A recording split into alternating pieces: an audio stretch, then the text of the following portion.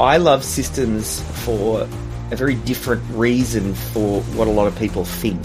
What happens is I've fallen in love with what systems bring. So I'm all about finding people who are naturally organized and systems-driven people and surrounding myself with those people so that I can be the most creative I can be. What if you could step completely out of your business and it would keep running like clockwork without you? Well, today's guest not only did it, he's teaching thousands of entrepreneurs to do the same. And if that message sounds familiar to you because that's what I talk about, thank you, because you know that's what I talk about. As the founder of the Exeter Club, this is what I do here in the U.S., and my guest, David, is kind of like the mirror image of what I'm doing, but he's doing it down in Australia. Welcome back to The Root of All Success, everybody. I am the real Jason Duncan, and this is episode number 321. My guest is David Jenyns, the Australian entrepreneur who sold the Melbourne Cricket Ground in his early 20s.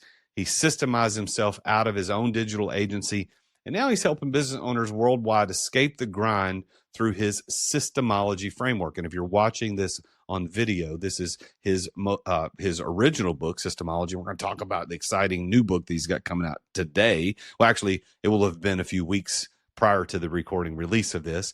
But he teaches the Systemology framework, and his mission is to free founders from daily operations so they can grow their businesses without burning out.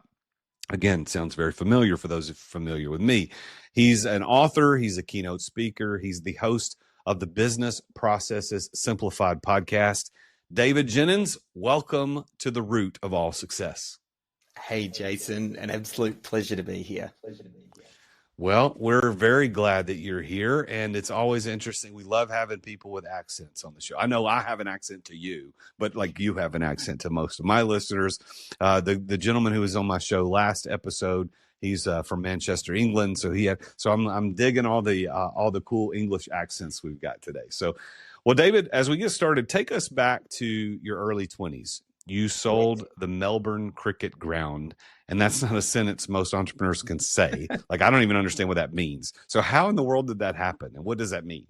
So the Melbourne Cricket Ground is our biggest sporting stadium here in Australia, and we're a little bit sporting mad. It's almost like it's the church of sport here in Australia, the MCG. And I just read a book called The 1 Minute Millionaire, and it told the story about this guy who sold the Brooklyn Bridge, and they were doing renovations. He got his hands on a bunch of the discarded wood, wrote up a press release, chopped up the wood into little pieces, and then basically sold off the Brooklyn Bridge. So I read this story, drove past the MCG. They had a big hole in one side of the stadium because they were rebuilding one of the stands, and I pretty much just replicated the idea. I got my hands on a whole bunch of discarded wood that they were using, very, very iconic green seating. I chopped it up into little pieces and went down to Officeworks, which is like our Office Max, and I got certificate paper and stuck little pieces of wood to the certificate paper, and then I wrote a press release. Melbourne man sells the MCG for $24.95, and the media loved it. I got on TV, radio, newspapers, and the story pretty much went viral around Australia, and that's how I sold the Melbourne Cricket Ground. Well, before Systemology, you also ran Melbourne SEO services. So what was the moment that you realized that you could actually remove yourself from the business and it wouldn't fall apart? It happened when I found out we were pregnant. I had been stuck in that business probably for about 10 years. And then I thought, I don't want to be that dad who's always too busy. We're going to have kids and I'm doing 70, 80-hour work weeks. So I thought, enough's enough. Something needs to change. And I went on a real determined search to remove myself. And really just through trial and error and grinding it out and looking at a lot of the methodologies out there, I managed to find someone in the business who'd really step into the leadership role. We spent 9 to 12 months heavily focusing in on capturing best practice and SOPs. And that was a big part of how I was then able to step out. And then I just was forced to do it because we had the birth of our son. I was taking some time out. And I ended up taking a full year off after his birth. And that's when I kind of said, what do I really want to do here? And that's when I realized, hey, God, I've kind of fallen out of love and lost the passion for the digital agency work. And I had someone else running that business at the time. So I thought, you know what? I'm going to follow what makes my heart sing. And then that's kind of what led me to Systemology. Were there any personal pain points in running that agency that became the seed for creating Systemology as a method? I, with the digital agency, got to work with a lot of business owners and saw these recurring themes. And I mean, really, I built Systemology as the solution and the business that I wanted when I was looking for how do I systemize my business. There's a lot of talk around why systems. I feel like that topic is really well talked out. We all agree businesses operate better when they're driven by systems. But it's really the how to. So I found a lot of the businesses were frustrated, unorganized, overwhelmed, spreading themselves too thin, reaching a ceiling on their growth because they were very key person dependent, and a lot of these telltale signs that someone is very much trapped in their business where they're more of an employee of a business they own. And I kept on seeing those recurring themes with all of these businesses, and I saw it for myself. And that was like, hang on, this problem hasn't been addressed very well. So a lot of entrepreneurs, as you well know, resist putting systems in place because they think it will stifle creativity or flexibility, or it'll remove them too far from the pulse of what's happening. So how do you overcome that mindset? I also had that same belief because in that digital agency, we had a video production business, and that's a very creative line of work. I mean, you're creating works of art. And I remember, I'm not a videographer. This was actually one of the ways that I had these big insights. I'm not a videographer, which means I can't hop on the tools. I had a videographer that I worked with. So from day one, I had to start building that business without me being the guy, and built it so that it worked without me. But the biggest insight happened was one day, Adrian, my videographer, was going on a shoot and he needed someone to go with him because his regular guy couldn't make it. So I said, look, I'll come along. And I remember the drive like it was yesterday. We spent 45 minutes of him going, oh, did I pack the spare battery? Did we email the client to tell them not to wear checkered shirts? I hope I brought the extension cable. Have we got a run sheet? Like, we spent 45 minutes talking about stuff that just should have been handled by systems. So at the end of that shoot, I said to him, look, we're going to have a pre-shoot checklist, and next time you're going to do this the night before so that everything's done. So we get back to the studio the next day, we put that into place. About 6 months later, I go on another shoot with him. And the discussion we had in the car couldn't be more different. We were talking about how he wanted to get the emotion in the video and what sort of response he wanted the actors to take and what the story arc was and what were the visuals. And it made me realize systems don't remove creativity. They actually create the space for creativity, because now you don't have to fill your brain with all of the stuff that should be handled and just the functional stuff of running business. All of that gets handled by a system, which then creates space, which then allows your team members to do their best, highest value work, which oftentimes can be quite creative. What's the toughest system that you ever had to implement in your own business, and why do you think it was so difficult? The toughest one was something that we've just recently uncovered, and it was the system for unfollowed systems. So what do you do when someone doesn't follow a process? Because I am Mr. Nice Guy, and with a lot of my team members, especially when we started changing to this systemized way of doing business and we started to change the culture, I would always give my team one more chance. Oh, Joe's been with me for the past 10 years, and I know he doesn't quite follow the process and enter the details into the CRM like he should, or follow up when he should. But, he's been with me since day dot. Joe, one more shot. Let's get it right next time. And it would be forever sending this signal to the team that we don't really value and care about systems enough because some team members are above the law. And the system for not following systems has been a new way where we kind of go, oh, well, we got a system for doing that. Like if you don't follow a process, here's how we escalate, here's how we address it, and here's what happens if you don't follow the process. It's been a bit of a game changer, but it was challenging for me to put into place. Because I don't know, I thought I was helping team members, but I was kind of eroding the culture. Well, you've gone from founder to author to global community builder. So how does your role as the systems guy evolve as your audience and your impact grows? I realized early on that I love systems for a very different reason for what a lot of people think. I don't actually like documenting process. I don't like writing out checklists. It's not something that I enjoy. And I know a lot of business owners are like that. What happens is I've fallen in love with what systems bring. So I'm all about finding people who are naturally organized and systems-driven people and surrounding myself with those people so that I can be the most creative I can be, and I can be the visionary creative. So for me, I kind of feel like more I'm the champion and I sing from the rooftops that there is no better way to build a business than have a systems-driven business. And that's my job. I'm like the cheerleader for systems, but I'm not necessarily the documenter or the guy who does it. So where do you see the greatest gap between how entrepreneurs think their businesses run versus how they actually run?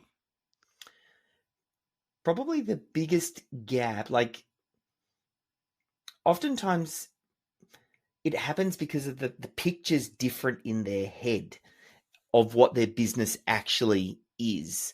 That they don't even realize it, because a lot of business owners start business being the technician. They know how to do the work. They're the plumber, the accountant, the SEO guy, the video guy, whatever it is.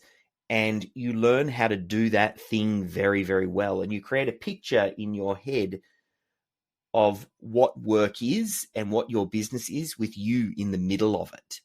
So it's very hard to build a business that's different from the picture that's in your head, because business owners, they're visionaries. They only build what's in their head. So what we need to do is paint a different picture and help them to understand that you can build a business where you're not the guy or the girl. And that's one of the reasons why I said it's a bit of a gift for me with the video production business not to be the technician. Like, I actually wish a lot of business owners could start businesses where they don't know how to do the technical work, and they would build the business in a very different way. Yeah, that's a unique and keen insight, because I 100% agree. If we weren't the technician and didn't know how to do it, we would definitely build the businesses a different way. And we're going to take a quick break to thank our sponsor here in the middle of the show. Our sponsor today is Constant Closer. So if you're a course creator or you're any business who has an email list, you're probably leaving money on the table. Constant Closer is an AI sales agent that sends personalized one-to-one emails to your subscribers that are designed to convert, whether it's you're trying to get more people into a webinar or book sales calls. Look, this isn't automation. It's artificial sales intelligence. Brands like Live Your Message or Ziggy Media, they use Constant Closer to drive real results without having to hire extra people on their sales team. I actually use Constant Closer for my Exeter Club Mastermind. So if you're ready to finally monetize that list that you have the smart way, go check out Constant Closer at therealjasonduncan.com /constant closer. That's therealjasonduncan.com /constant closer. Now let's get back to the show. So, David, you've built a network of certified systemologists, as you call them, around the world. So, how do you maintain quality and consistency across such a widely distributed team?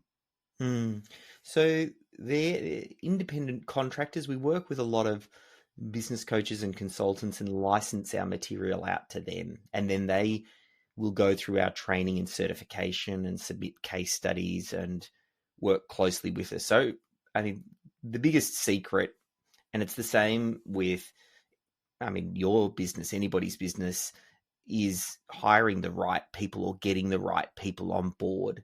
I kind of remember someone said, how do you motivate your team?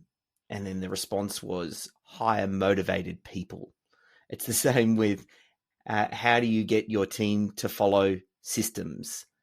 Hire systems driven people.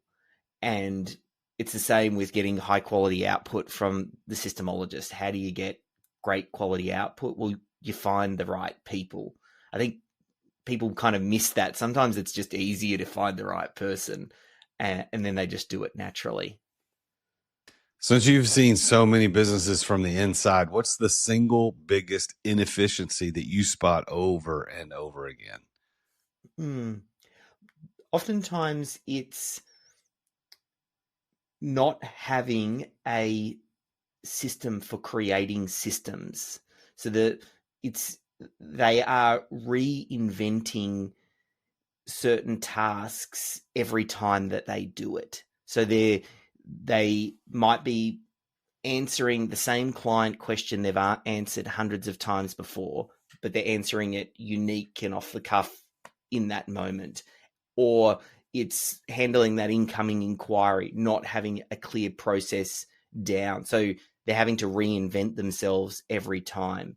So just by getting good at capturing best process and making it repeatable, that's almost like the meta skill. Like that, it's the coffee table book about coffee tables. It's the system to create systems. If you dial that in, it just becomes a force multiplier throughout your business.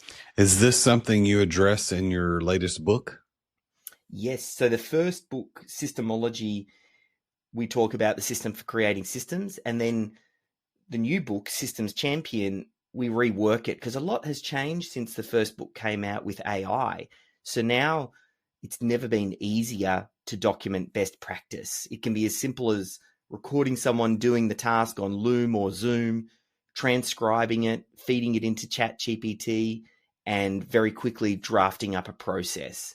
So we go through the system for creating systems 2.0, which is, now with added AI, because it's, again, there's no excuse anymore. That used to be the biggest friction point when it came to systemizing.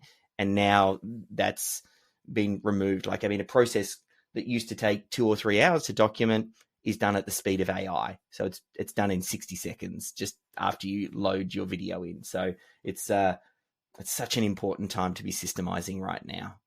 Show everybody a copy of your book for those that are watching this, and tell a little bit about this, because it's coming out. The day we're recording this is the actual release date of this, but this is set to release a couple of weeks after the fact. So tell everybody about the book. I am super excited about this one. Systems Champion builds upon everything that I've learnt and working with business owners after the release of Systemology. The first book spoke to the business owner on here's a system to systemize your business. The second book is written for the team member who helps the business owner roll this out, because the business owner is more often than not a visionary creative who doesn't see themselves as a systems person, who's time poor, and who is not the best person to be documenting process. They need a systems champion. And it's the common element that I've found working with, if I look at all of our most successful clients, those that smash it out of the park versus those that don't, it's the systems champion, those that have someone dedicated to this role who consistently chips away at capturing best practice and incorporating and leveraging AI. It's just a game changer. So I wrote a book for that team member. And yeah, it's today's a little bit special for me, which makes this episode special because this is the first podcast that I'm getting to talk about it having been released. Like, it's literally just gone live on Amazon. Love it. Love it. We'll go check it out. It's called Systems Champion. And you can find this on Amazon. You can also find Systemology there on Amazon. And it's David Jenyns. I'll spell his last name is Jenyns. Jenyns. So you can go check that out. So David, next question for you. What do you believe is your one key that has unlocked success for you more than anything else? The main thing is persistence. It's something that just keeps coming up, that consistently persistent. So I just keep going at something until I break through. Like, that persistence wins over resistance, and consistently doing it. And I feel like process fits hand in glove with that, because the consistency comes from process and getting very clear. And all I see is process is just a documented habit that you would like to make a true habit.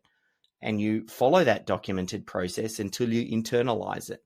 So it's, that's why it sort of, for me, goes real hand in glove. But that consistency, persistence, I think is key. How do you personally define the word success? For me, it's freedom of choice, especially when I think about business owners. Business owners don't have the choice where they can work or not. I really don't care if business owners work in it, on it, out of it, not at all. Like, they need the freedom to choose. Most business owners are stuck in the day-to-day grind. So for me, success is all about freedom of choice. Based on that definition, do you consider yourself successful? Yeah. I'm able to work on a worthy goal, something that I'm really passionate about, for a community, business owners that I really care about.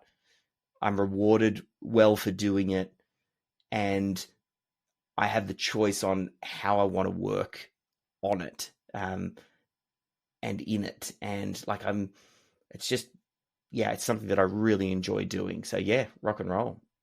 Congratulations. What would you say to the audience? It's mostly entrepreneurs. What is your best piece of advice for entrepreneurs? I'll borrow from something Jim Rohn said. I remember hearing him on one of those old tape sets many moons ago, which was to work harder on yourself than you do on your job. That always just burned in my brain. So just consistently getting better and moving closer, I think is probably some of the best advice. It kind of goes with that whole idea of persistence too. You had the opportunity to work with Michael Gerber, the author of The E-Myth. And for those that are listening, if you haven't read The E-Myth, that's probably prerequisite for reading David's books or my books. Like, you got to, it's one of the classics in business about this idea of in the business versus on the business.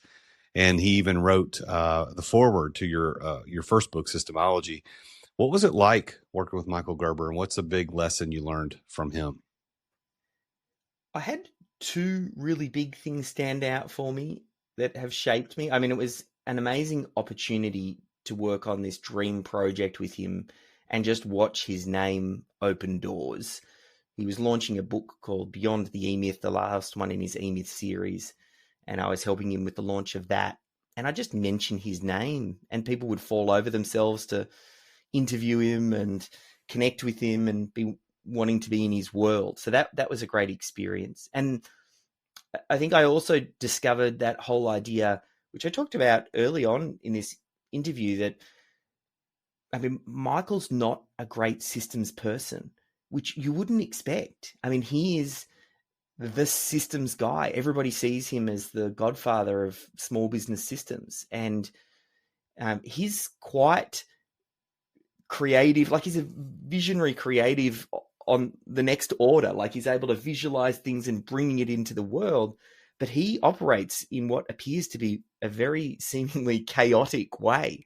But he's recognized, he's surrounded himself in a world of extremely systemized people, and it enables him to create and deliver to a very high standard because of that. So that for me made me realize, hang on, you don't have to be a systems driven founder to own a systems driven business. You've just got to respect the systems.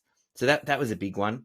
And then the last bit of advice he gave me was after I sent him the preview copy of Systemology. He said, look, absolutely love the book. One thing I want you to make sure you always let business owners know is you can't let them off the hook. He said Systemology, and maybe even Systems Champion to a certain extent, makes it sound like the Systems Champion's going to do everything and the business owner can just kick back and not do anything. And he's like, it doesn't work like that. The business owner must lead this. They need to send the signal to the team that this is important. They might not be the person writing the process and meeting with the team and rolling up their sleeves and doing that, but they've got to lead from the front. So don't let the business owner off the hook. If you want to build a systems-driven business, you've got to go after it. That's a great piece of advice from a wise man, for sure. All right, as we get ready to close our conversation today, I've got 3 high-energy, rapid-fire questions for you today. Are you ready? Yeah, let's do it. All right, what's the favorite system you have in your personal life? My pre-holiday packing checklist. So before I go on a holiday, I have a big list of things that I go through. Have I got this? Have I got that? Have I got this? Have I got that? So I don't get to the airport and go, oh, did I pack my toothbrush? Like I want to be dreaming about where we're going on holiday, not thinking if I brought my toothbrush. The first hour of every car trip with my wife, there is at least 2 moments where either she or I will go, oh, no, I got it. That's just how it goes every time we go on a car trip. All right, second question. What's the biggest business bottleneck that you have ever solved for a client? The biggest bottleneck, it's always the business owner. Like the business owner first recognizing that they are the bottleneck. That's probably the first of the first, and then we work to get them out of the way.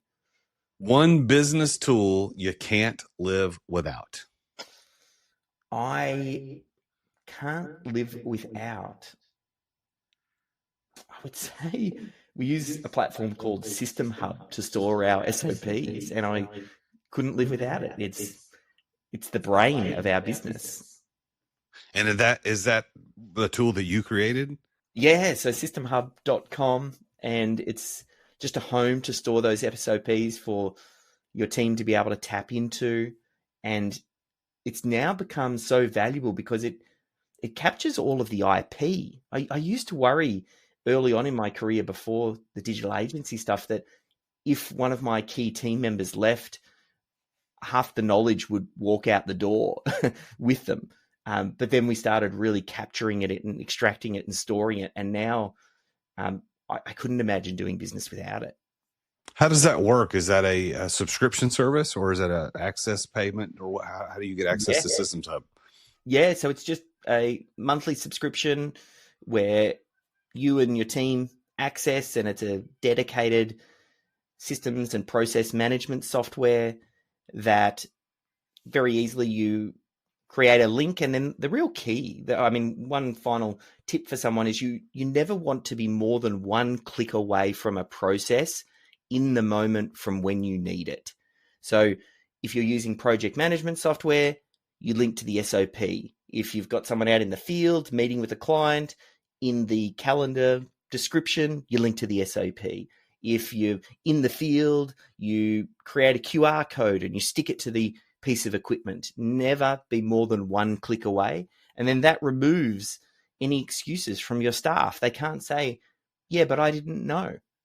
And then you go, oh, well, there's a process. It tells you exactly what to do. So it's a little bit of a game changer when you get that idea and you make it easy so that there's no excuse, no room for, but I didn't know I was meant to do it that way. Or I didn't know that, you wanted me to lock up afterwards. Like you just want to eradicate those excuses from your team.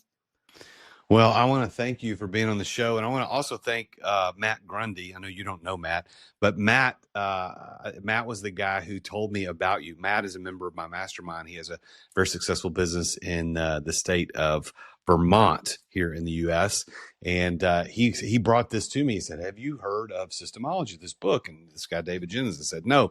Well, he's the one that told me about you. So Matt, shout out to you, Matt. If you're listening to the show, thank you. And David, thank you for being on the show. How can people reach out to you? What's the best way, besides going to Amazon and look up Systems Champion, because that's a brand new book that just came out? How would people get in touch with you? Yeah, if you just head to systemology.com, and from there's links through to the books and YouTube channel, podcast, all those sort of resources. So that's systemology.com.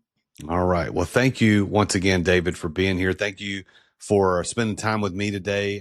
It's an honor to know you, because we do so much of the same work on different sides of the planet. And I think we should probably do more work together. There's got to be a way we could figure out how to do some work together. But thank you again for being on the show. Yeah, absolute pleasure.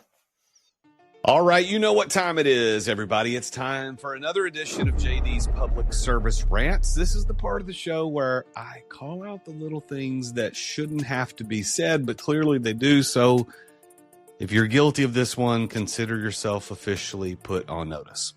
So listen, if you're riding the escalator and you're on the left side, you better be climbing.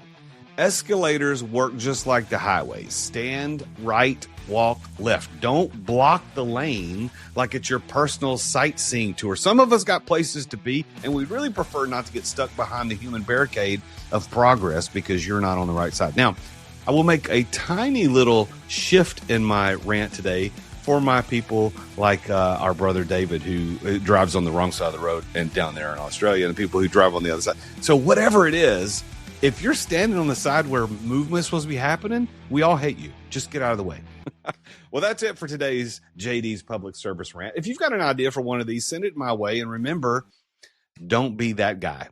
Thanks again to David Jenyns and Systemology for being my guest here today on the show. It's an honor to have talked to him and interviewed him and got a little bit peek under the hood of what he's been able to accomplish.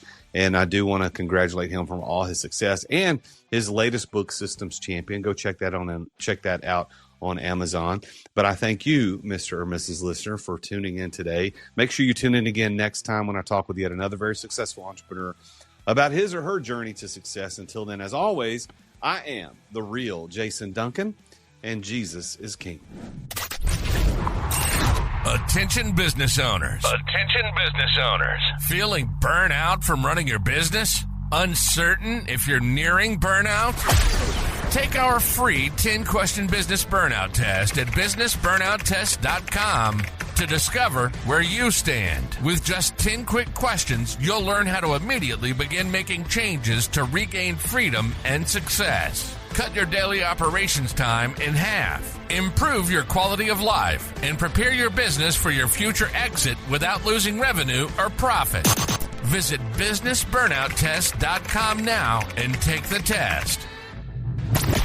Thank you for listening to another edition of The Root of All Success with the real Jason Duncan. If you've enjoyed this week's episode, visit therootofallsuccess.com to access the show notes and other helpful resources. Follow Jason on social media at The Real Jason Duncan. See you again next time here on The Root of All Success.